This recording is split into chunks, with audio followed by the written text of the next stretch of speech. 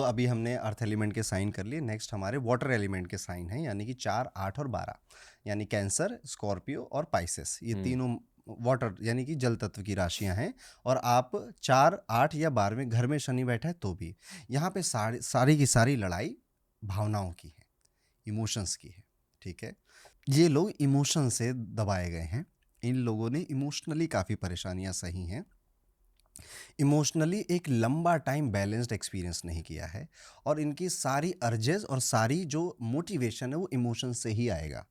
शनि यहाँ पर आपको जो लिमिटेशन आपकी बताना चाहते हैं वो ये हैं कि भावनाओं को संतुलन में लाना आपको सीखना पड़ेगा।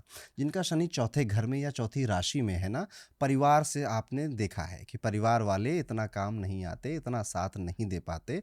ठीक है, या फिर आपका इमोशन परिवार के लिए ही है।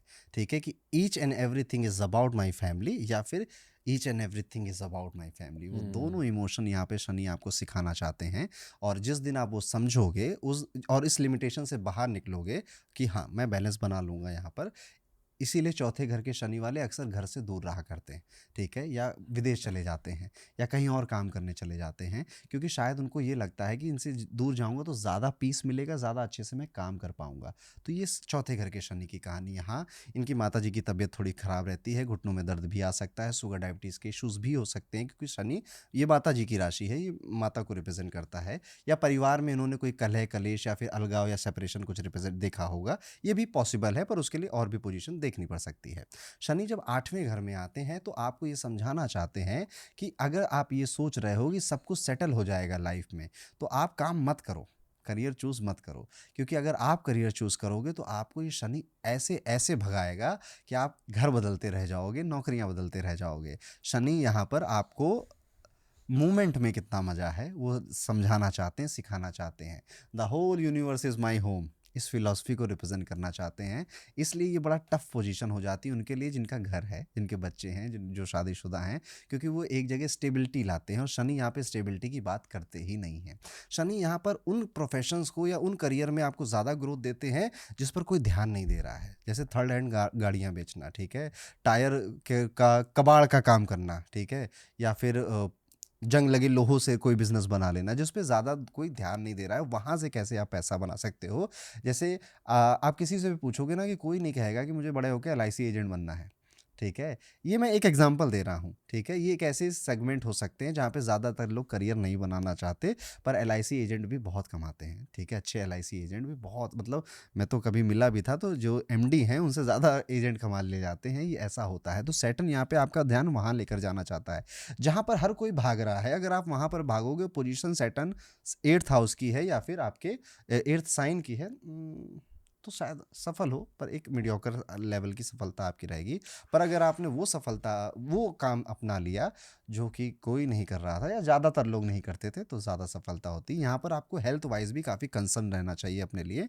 हालांकि यहाँ पे शनि एक पूर्ण आयु की बात करते हैं कि 120 साल जिएगा आदमी। ठीक है, यहाँ पर आपको किसी भी तरह के नशे नहीं करने चाहिए, क्योंकि ये शनि बहुत जल्दी आपके ऊपर इफेक्ट डालेगा। तो अपने आप को अल्कोहल से, सूखे गीले हर तरह के नशे से दूर रखिएगा। सैटर्न 8th हाउस में बहुत सारे लोगों से मिलवाएगा लाइफ में, क्योंकि शायद मूवमेंट इतने करवा देगा, घर इतने बदलवा देगा, और या फिर जॉब्स इतने बदलवा देगा।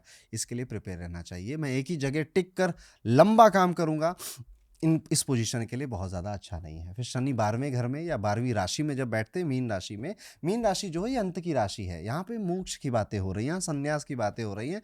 जब कर्म का घर प्लेनेट यहाँ पर आता है ना, इनका दिमाग कंटिन्यूसली कि मैं ये काम कर ही इसलिए रहा हूँ कि एक दिन मुझे ये काम ना करना पड़े, इस फिलॉसफी पे चलते हैं।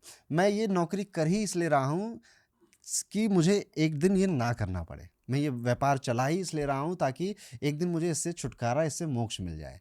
ये लोग अपने दिमाग में पूरा प्लानिंग बना के रखते हैं कि एक एक समय ऐसा आएगा जब ये सब या तो ऑटोमेट हो जाएगा, या फिर मेरे पास इतना इनकम हो जाएगा कि मैं इसको छोड़कर हिमालय चला जाऊंगा। ठीक है, इसको छोड़कर मैं वो करूंगा जो मेरे बचपन की हॉबी थी, इसको छोड़कर मैं वर्ल्ड टूर करूंगा। ये इनके दिमाग में चलता रहता है, एक ये फिलॉसफी इनके माइंड में चलती रहती है।